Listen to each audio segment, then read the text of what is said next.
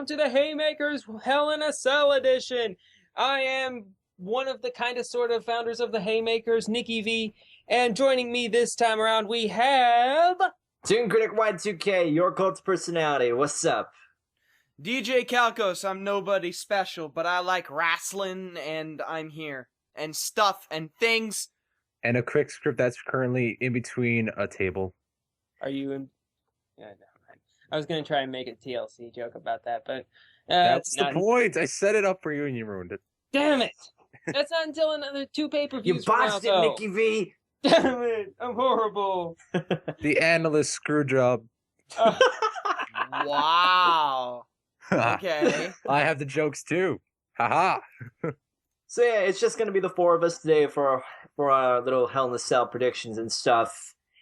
And we're gonna try to get through these like really quickly because really there's like only I think half of the card is good while the other half is kind of like So let's get these started. Our first match of the night, Ziggler versus Cesaro in a 2 out of 3 falls match for the Intercontinental Championship. 2 out of 3 falls it's one of those matches that really doesn't change all that much. The only thing it's going to end up doing is lengthening the match, which, don't get me wrong, the more of Dolph Ziggler and Cesaro that we get, the happier I am, because those are 2 of the best wrestlers that are currently working today. And 2 of the most underrated. Yeah, it's kind of a shame that they're only fighting for the Intercontinental title instead of something bigger. But yeah, Ziggler and Cesaro in 2 out of 3 falls, it basically just means that we're going to get one person get 1 fall, second person gets the 2nd fall, and then it'll go to sudden death after that. So when that happens, like my philosophy for these matches is that after they both do their finishers and get a pin on each other, the person that'll end up winning is the person that does something extra, and that usually means something underhanded. Although there really isn't a true heel in this match, since Cesaro is kind of like he's nominally a bad guy, but he doesn't really do all that much bad stuff. But Cesaro really hasn't had a lot going for him. I mean, he's just been kind of floundering. So that could mean that they'll give him a push at the expense of Ziggler, the story of his life and his career. But I'm gonna go with Ziggler on this. I don't know, it's just a gut feeling. I think it's gonna be a great match, but Ziggler's just barely gonna come out on top. You know, now that I think about it, Ziggler has more moves that he could use. Like, he's got the Famouser and the Zigzag and all kinds of other stuff. So, actually, I'm going to change my mind last second. I'm going to go with Ziggler. I'm going to go with Cesaro because a Cesaro-Ziggler feud would be pretty damn great. And I say it would be great because I love both of these wrestlers to death. And they not only that, but they both have very different personalities. You have Ziggler, who's a giant goofball, and then you have Cesaro, who is dead serious, ice cold most of the time. Mm-hmm. So I think the dynamic between the 2 would be great. So if Cesaro wins the IC title, we could see a nice little rivalry going on, and it would be a really nice mid-card feud. It would be, I think, and depending on how it goes, we could even see, like, I guess maybe the next pay-per-view, like, Ziggler loses the title, and then, bam, there's your feud, just them chasing the belt back and forth. Those 2 wrestling, I see Cesaro winning for the exact same reasons as DJ does. This is just the fact they're great wrestlers, and the WWE needs actual great wrestlers right now to help push the product, especially with TNA dying out very slowly.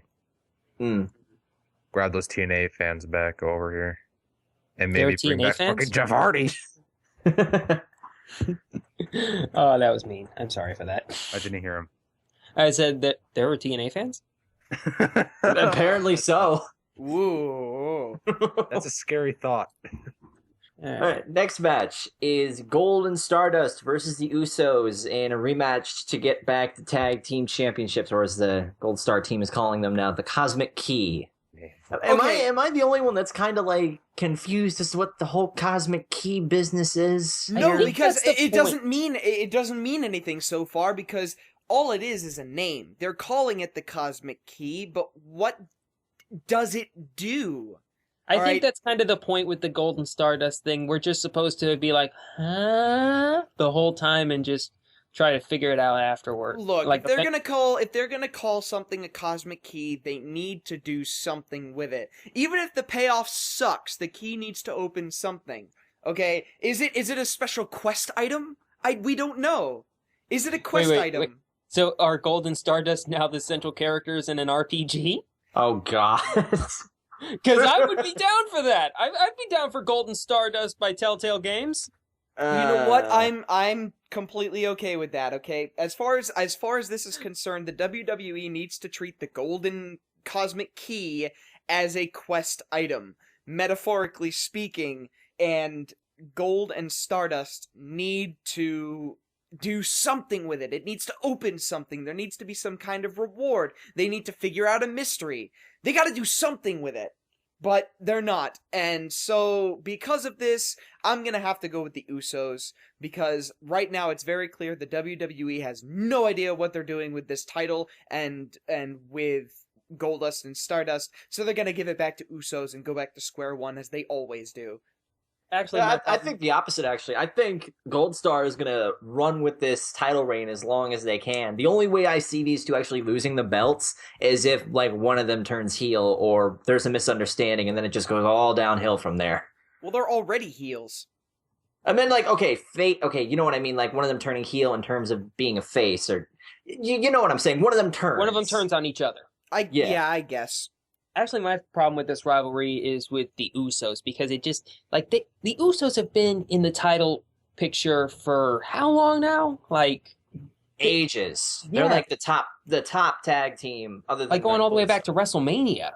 And it just shows the state of the tag team division. Like, it's basically the Usos, Golden Stardust, and that's about The it. Wyatt family, but they're pretty much But gone.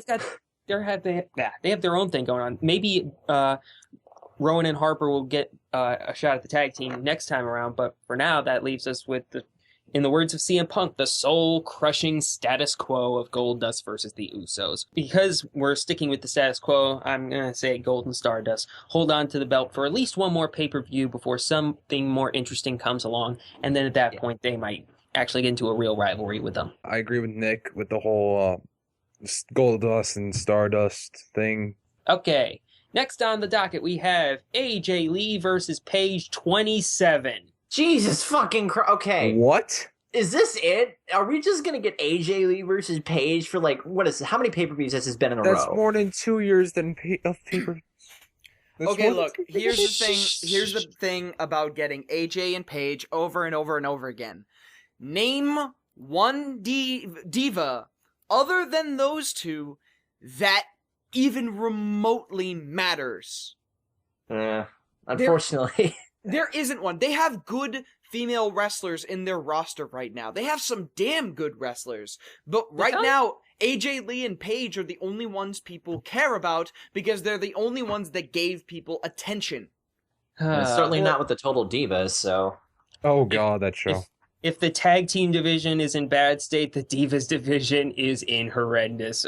What's worse than bad? Give me some adjectives, quick. Horrible. Look, okay. Apocalyptic. There we go. The Divas division right now is even more messed up when you realize that these women are rather good at wrestling, and they can improve if they're given time in the ring. We could have the next Lita on our hands, the next Trish Stratus, because it's not like the old days where the WWE would approach models and be like, hey, there's this wrestling thing, would you like to give it a shot? No. Now we have women that have been training since they were teenagers to be wrestlers, because Lita was the first of her kind back in the late 90s. She was arguably the first woman on a grand stage to have been trained specifically to wrestle. She wasn't a model, she was a wrestler through and through. And 90% of all of the women backstage are like Lita. And for some reason, the WWE will not give them the chance. With that said, I'm saying Paige because they're gonna keep trading the title between them until they can figure something out. So I think Paige will take the title back, and then a few months down the road, AJ will take it back, and the cycle will repeat until something happens. I actually think that AJ will hold on to it this time around, and like Paige will get a break from the AJ rivalry, because in the next pay-per-view, that way Alicia, like Paige's like BFF, she'll get a shot at the title and then lose, and then after Alicia loses, Paige goes in, beats up AJ, and then we're back to AJ Paige. There, I just made this rivalry last another 2 months. Hope you're happy, WWE. Where's my check? I told you guys before I have contacts with a writer in WWE. I could just send this podcast to him and they'll be set for months. Exactly. We could get like 100,000 views in like one night. We'll get paid. We'll get paid too. That'll be great. Keep getting them checks.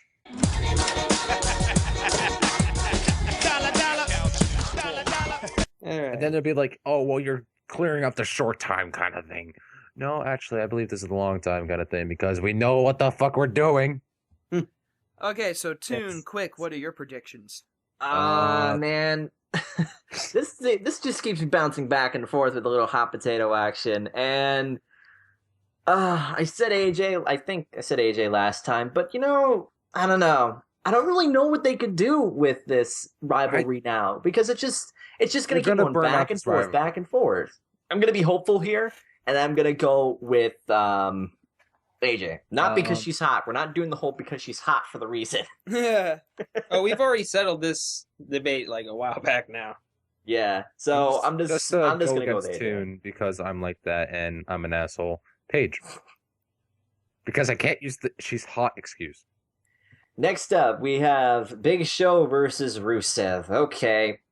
So Big E hasn't been able to beat him. Jack Swagger hasn't been able to beat him. Mark Henry isn't able to beat him. What makes us think that the Big Show's gonna do it? Because the Big Show. Because of the Big Show. Quick is right. The Big Show is the best giant that they've had in the last decade. No one comes close. He is the Andre the Giant of our time. Like, he is. And there's no denying that. So if Big Show does not win this, then they are feeding Rusev to John Cena. Like, they have to if Big Show doesn't win this.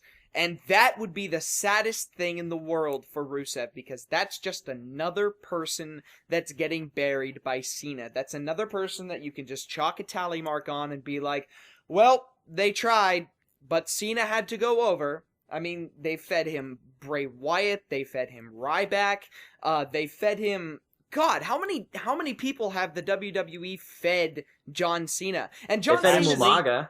Yeah, and John Cena isn't Triple H, because Triple H buried people back in the day because he fucking felt like it. Cena doesn't want to bury these people.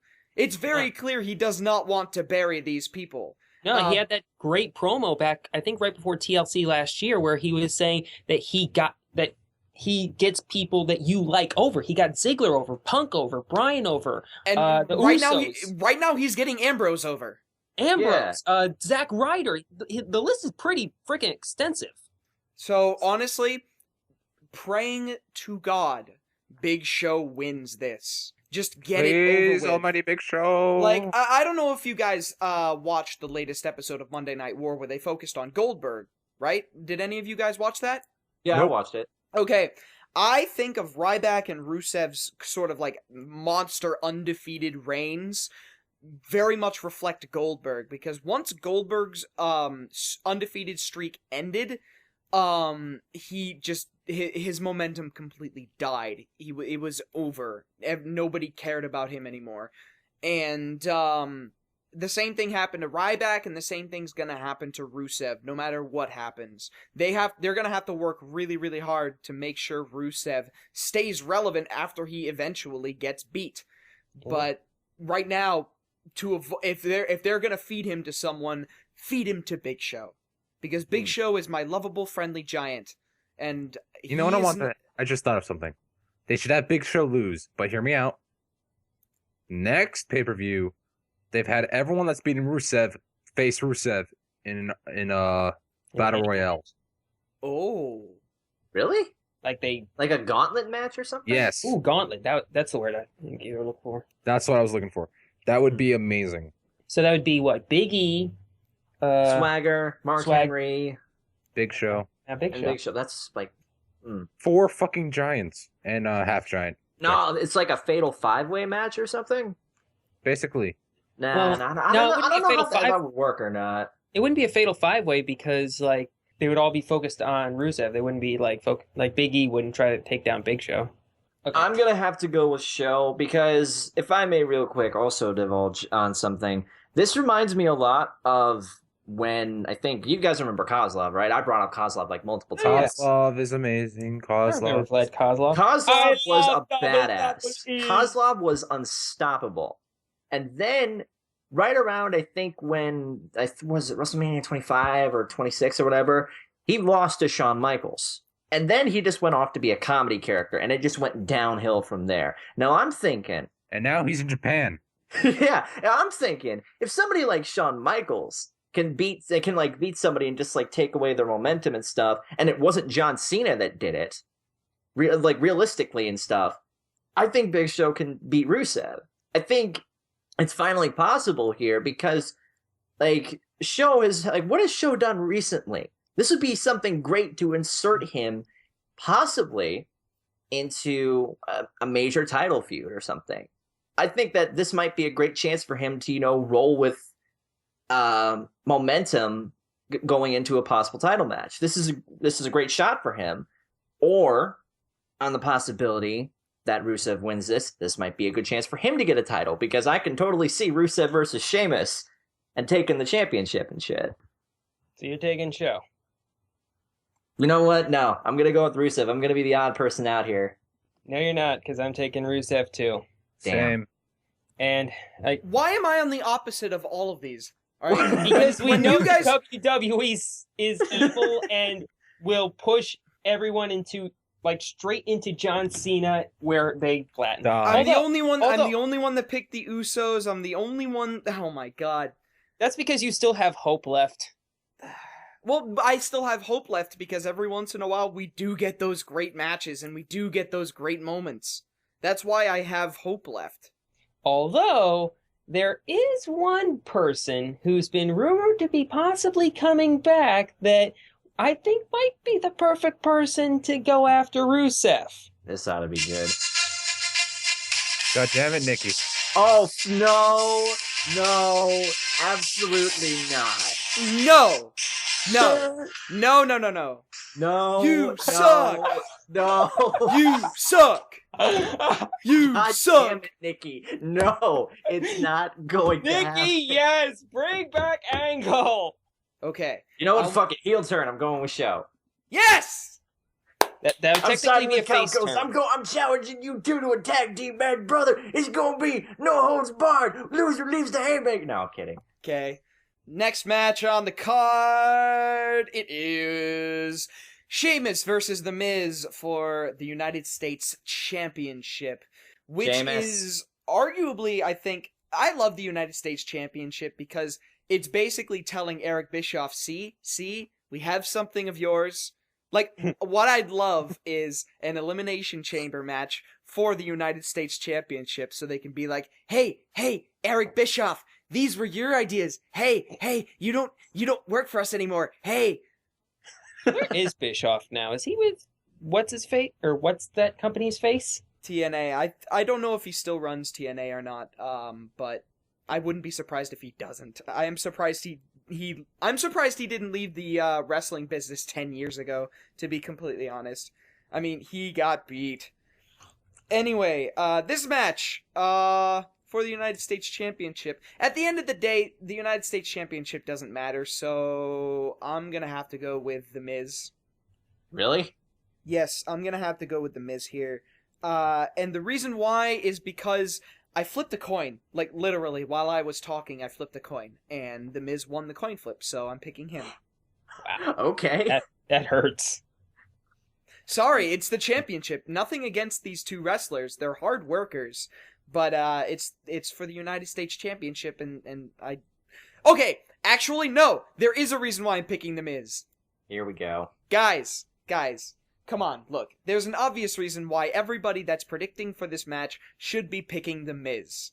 They should be picking The Miz because of Damien Mizdow. Oh, that's right. This is the highest that Damien Sandow has ever been in the eyes of the mainstream wrestler, I swear. Damien Mizdow is perfect. He is the ultimate comedy character. He's very good at acting, and he's played so many different impressions, and he's done them all perfectly. I mean, everybody remember a few pay-per-views ago when he dressed up as Paul Revere, And he was Yeah. like, the elbow is coming! The elbow is coming! That was amazing. Damien Sandow is a great comedy character, and his whole Miz copycat shtick going on right now is nothing short of brilliance. It's fantastic, so that's why I'm picking The Miz. What about you guys? Miz. Really? I like the Miz. Well, what happened to you endlessly supporting Sheamus? And Sheamus. So it's gonna end in obviously it's gonna end in I don't know.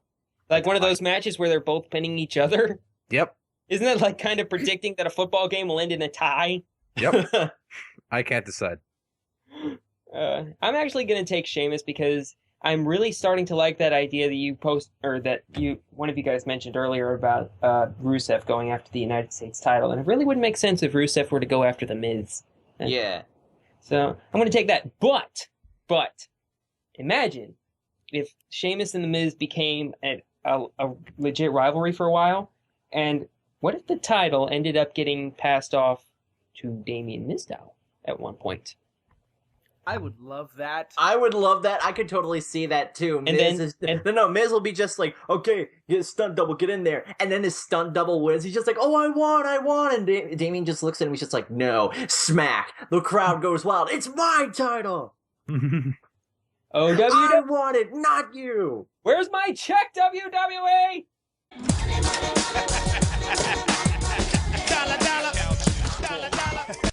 Again, Legit, I would love to see that. All our podcasts together, and send it to my friend who works for the WWE. Who hasn't answered yet? There was only 3 answers. I want to say Toon? No, I said Sheamus already. I said Miz. Galcos? I said Miz because of Mizdow. That's all that matters at this point. Damien is amazing.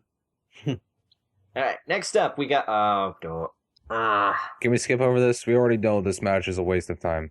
No, we have to go over it. Brie Bella versus Nikki Bella, where the loser must become the winner's personal assistant for 1 month. If the loser does not comply, they will be forced to quit the WWE. Before we get into this, I want to go back, because Kalkos, you pointed this out to me.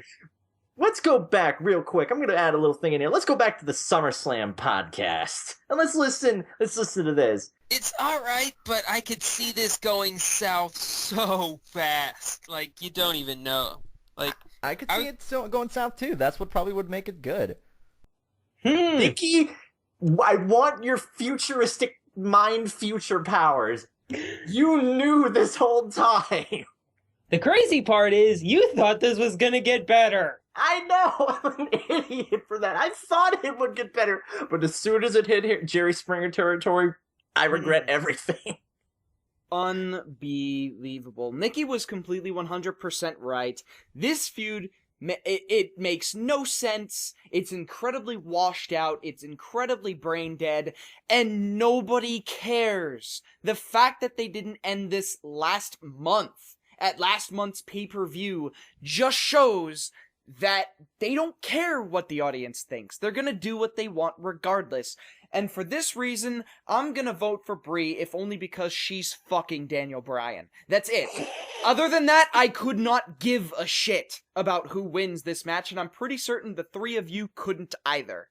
The sad part is, with the stipulation that this match has, it's only gonna last longer. And with Survivor Series around the corner, how much you want to bet that those two are going to be captaining Survivor Series teams? You know what? If Nikki, I swear to God, if you're right, I will capture this moment right here. I don't want to be right. I'm gonna go with Nikki winning, just so we can have the whole torture porn, whatever situation we had before. Because whenever it's a whole "oh, you must work for me" thing, it is always the faces losing and being tortured and being "I don't want to do this" until they finally break out of it and they have another match and then the face wins. That's how it always goes. Oh shit, you're right. I changed my prediction to Nikki. See? Yeah, I watched this enough to know that this is exactly what they're going to do. Like this rivalry is just breaking every rule of wrestling storytelling. Like the matches are like the dialogue is supposed to like lead up into the matches. Instead, the dialogue is leading into more dialogue, and it wouldn't be so terrible if these two were any good at acting. but they are horrible. And every time they introduce a new element to this rivalry, it gets worse and worse. Like whenever they introduced the massage therapist that was screwing Brian. Yeah, when where they did that storyline go? Nowhere. Nowhere. When they introduced Jerry Springer, when they introduced the Bella's brother, who also can't act. Like, this is, like, why wasn't this a cell match? Seriously. I want Karma back. I feel Please. so sorry for Karma. I want Karma back. Because she was awesome. I want Melina back. I want Beth Phoenix back. I want Mickey James back. Hell, I'll take Trish and Lita back too. I want good diva wrestlers back. Please. Just anything but this. Nick, quick, what do you guys think? I'm going Nikki. Um, By the way, can we please start calling me Nick so that I don't get associated with this rivalry? I don't want to be part of this. I'm gonna go with the wild card and say both of them kill themselves. Okay, no, that's awful. That's Okay. terrible. I'll explain. No. Everybody wins. I'll explain why. They decided to wear heels while wrestling. Oh, yeah, that would kill somebody. Yep. Yeah. Hopefully each other, no one in the crowd. And Yeah. everyone's still cheering, except for the little kids asking, why are you cheering? Because they suck. Little Jimmy, I'm sorry. Your favorite wrestler who sucks. Wait. Find me one person in the world whose favorite wrestler is one of the Bellas. I'll find you somebody who is not a real wrestling fan. 4-year-old. I'll find you somebody who likes reality television and therefore their opinion should not matter. My younger brother. Their opinion should not matter. I'm kidding. But imagine like a little girl like looking up to them. I could see that. So, just nobody, you don't care? Yep. But honestly, if this match were in the cell, would it be the worst Hell in a Cell ever? Would it be worse than Undertaker versus... Who was the guy that he hanged in the cell? Big Boss Man. Would it be worse than Undertaker Big Boss Man? That was a pretty terrible match. Yeah. It was. I think it could be better than Taker Big Boss Man. It could be. It All would right. be unique, that's for sure. So, now we come to the double main event. Since Lesnar isn't here, and I guess WWE isn't willing to afford to have him be the reigning, defending WWE champion. Oh, shit. So, Here's what I want to know. Why don't we have an interim title while Lesnar fucks off and does whatever? Like, we have somebody who is pretty much the champion, and then when Lesnar finally decides to show up, then they have to face Lesnar. I don't know. we're going to find out because in this match, which we have John Cena versus Randy Orton 359. Oh, actually, no. Before I forget, Calcos, you had a statistic that you went with for Cena versus Orton. Yes, indeedly. Okay, so I did a little bit of research after I found out last week that this was the match that was happening. And after looking through wrestling statistics, which is actually very easy, I found a site where you can plug in a wrestler and it'll show a list of all of their matches with other wrestlers, different types of matches and everything. It was really, really cool. Cena and Orton have faced each other in the ring 81 times. They have been in tag team matches 120 times, including house shows and live TV, pay-per-views, whether they're on the same team or against each other in singles tags, anything but battle royales and Royal Rumbles. They have been in the ring together since 2004, a total of 315 times. So I was close. You were This time we're not close. exaggerating. Damn, that's a lot of wrestling. See, so when I say it's like Cena versus Randy Orton 300, I'm not that far off. 325. 315. 315. Just wrap yourselves. And see, here's the thing about that. It wouldn't be a problem because, I mean, you have wrestlers like Bret Hart and Owen Hart and Sting and Ric Flair who have been in the ring together in singles competition more times than Randy Orton and Cena have. The difference is that those two wrestlers have a very, very good dynamic with each other. Their matches are always exciting, even though they happen week after week after week after week because their styles complement each other. With Randy Orton and Cena, even though they've been in the ring 81 times against each other, there's only 2 matches that I can think of that were any good at all. I think one of them was like Unforgiven 2007 and SummerSlam 2007, I believe. Because I know there was one SummerSlam match, I believe it was 2009, that was arguably one of their worst. Because they have been in good matches together, but it doesn't happen very often because their styles don't complement each other. And that's why people are tired of it. They're both bruisers. Like, they both ground and pound on each other. And and it doesn't help that that's kind of the most boring type of wrestler there is. Like, unless they're an extreme grounded pounder, like if you put a grounded pounder against a tactician or a grounded pounder against a high risk guy or a grounded pounder against an extremist, like that can be pretty cool. But against each other, they're just kind of, well. So what we got here then is it's another Hell in a Cell match between these two. But this one is different, where we're going to determine who's going to face Lesnar in a future title match. Now, Probably a Survivor Series. Yeah, I've been really split on this because on one hand, I think the predictable outcome is going to be Cena because we're going to have yet another Cena match as like their rudder match or whatever. But I, for one, would love to see Randy Orton do it. But we can't have that because, Orton beat Cena like the last time, so Cena has to win this time. Actually, no, because if you look at the win-loss records of Cena versus Orton, Cena wins 98% of the time. Which 98%. Really it's crazy. So Orton winning this would not be a bad thing. But I also did a little bit of research, and at pay-per-views, Orton and Cena have faced each other 8 times in one-on-one matches, and Orton holds the record. He has a 5-3 win-loss record over Cena. So, like, Orton could win this. It's not completely, like, one-sided in favor of Cena, but I am going to go for Cena, and I'll tell you why. Because Randy Orton has been getting visibly pissed off, well, kayfabe pissed off, in his current role with the Authority. He's always cleaning up, like he and Kane are always cleaning up Seth Rollins' messes. And you got Rollins later on in the cell. So I could see possibly at some point a Randy Orton face turn at some point. Okay, wait a minute. Reverse this for a second. Did you say kayfabe? K-fob. It's kayfabe. Come on. Whoops. I've always heard it as K-fob. I've heard it as K5A, so...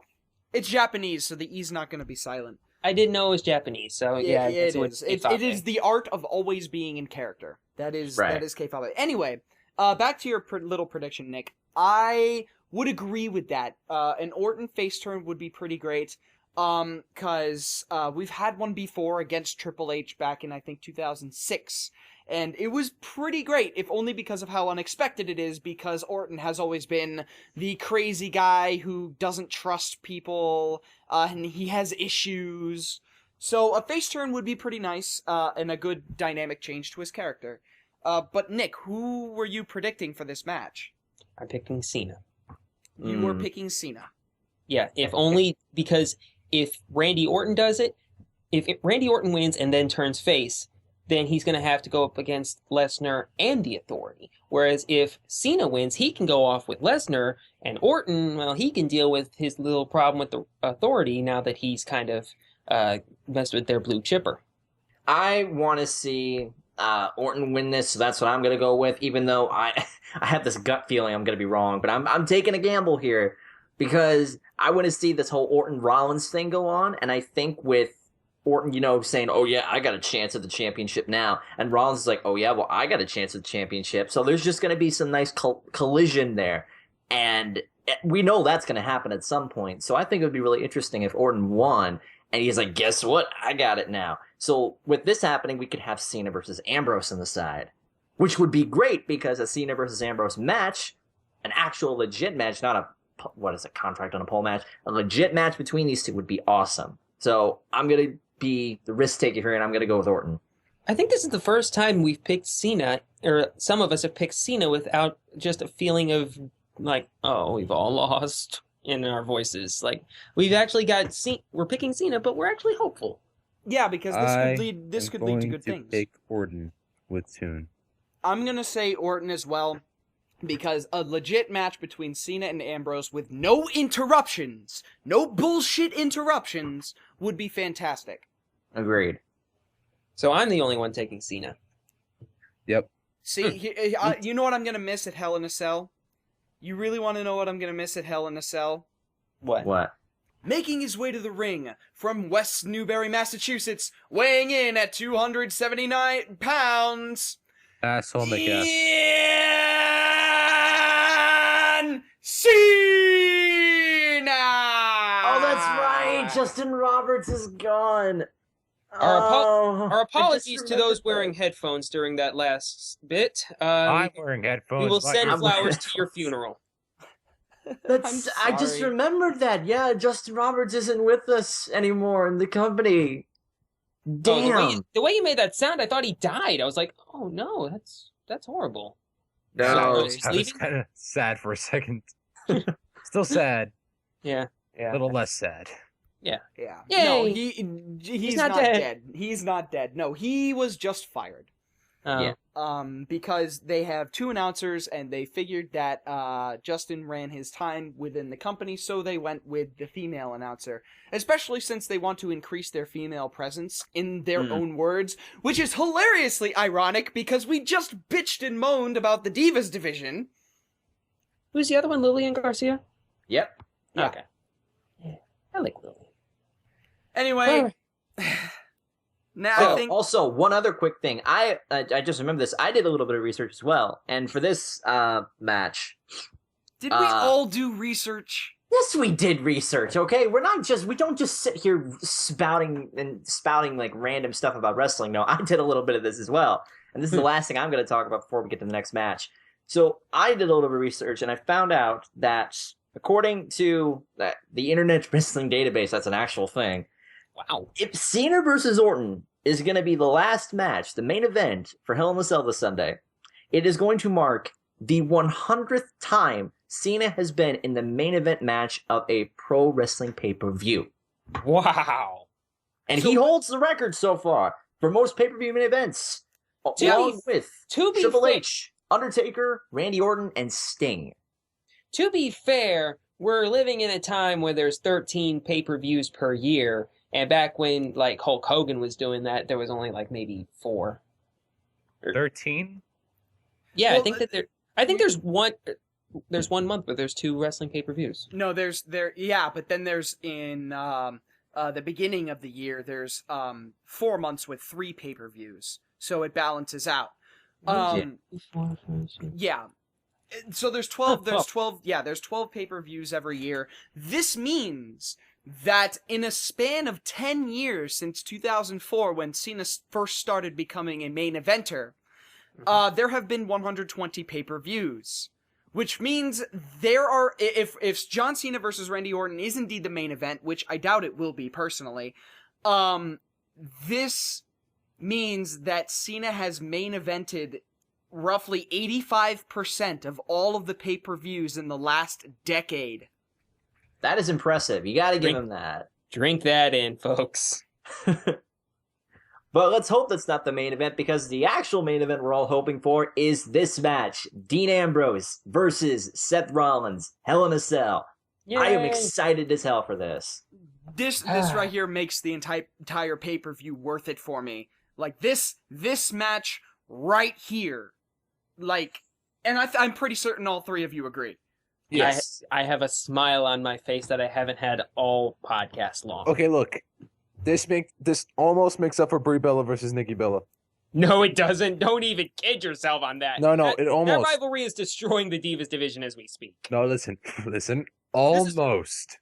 Almost. What I said earlier in the podcast, that's what makes it complete. Is it Never fair to mind. say that the Bella's rivalry is worse than Hornswoggle winning the Cruiserweight title? Oh, God, you had to remind me of that. I think that's a legitimate debate. For me, I bet this will probably be finally something we can unanimously agree on. Ambrose. For me. Ambrose,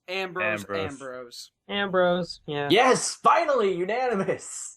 Yeah, we haven't had one of those in a while. This is our payoff match. I mean, this is the match that I think will turn the pay-per-view and the match from something good into something terrible if it gets interrupted at all. We know it's Hell in a Cell, but the cell gets busted open so many times that it's very, very likely that it will get busted open, they will escape, and someone could interrupt. Because the Authority is good at one thing and one thing only, and that is making sure matches never get done cleanly. So, no, but it's good for business, though. this needs to be clean. If it's not clean, then people will walk away.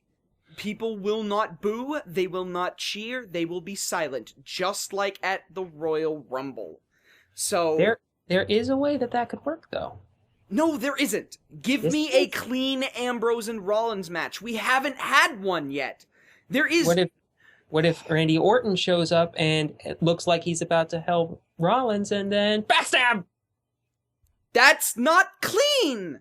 Oh, yeah, no, that's not clean, but We It would haven't. be an interesting moment. It would be an interesting moment. I just want a clean match. Okay, what if it happens after the match? I'm okay with that because the match is over. okay, I can live with that. Yeah, anything epic, like, okay, if we see Randy Orton face turn, like, I agree with you, Nick, like, the match is over, Rollins is beating the shit out of him, and Orton and the others come out, and then, like, Orton, like, looks down at Rollins, and he's like, oh, beat him up, and Orton's like, okay. He does the RKO to Rollins, and everybody pops, and then he just walks away. And as he's walking away, like, he walks past a stunned Triple H and Kane, and then just kind of does one of those moves right towards them, and they both kind of flinch away, and Orton walks away like a badass, and Orton gets his biggest pop in years. Why aren't they doing this? You know This what? Now would be that I perfect. imagine it, I'm perfectly okay with this.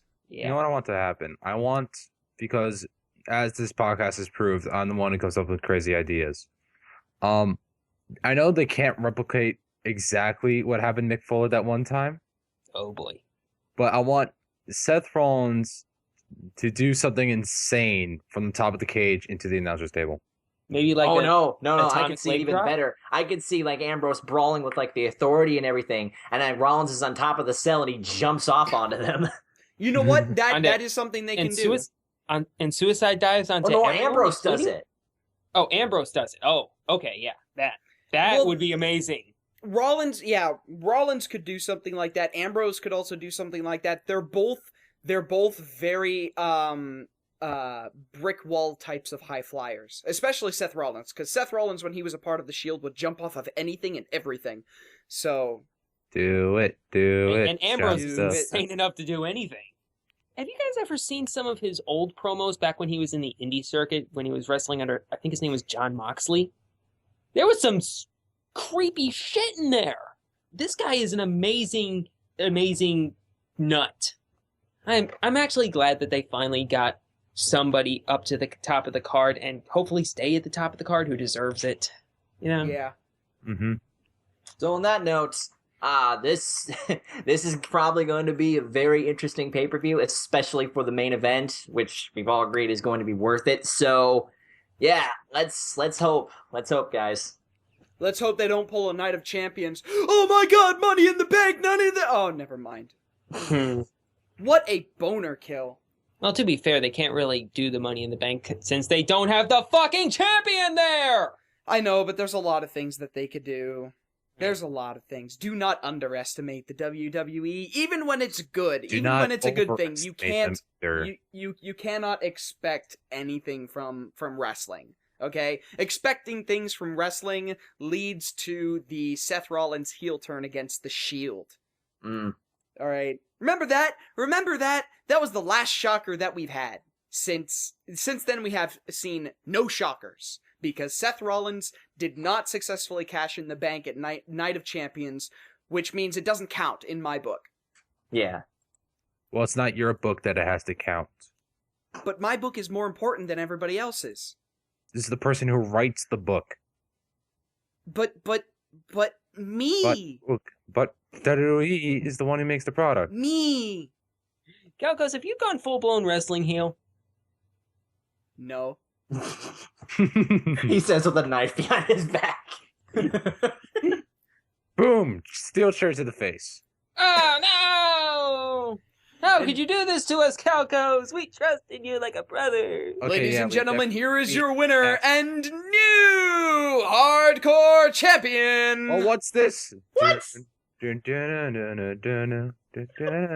Oh god. Oh, God, he has we the should money in end a this big recording a briefcase. while ago. In the face. Oh, he's dead. Wait, who's that? Okay, you guys. God damn it! God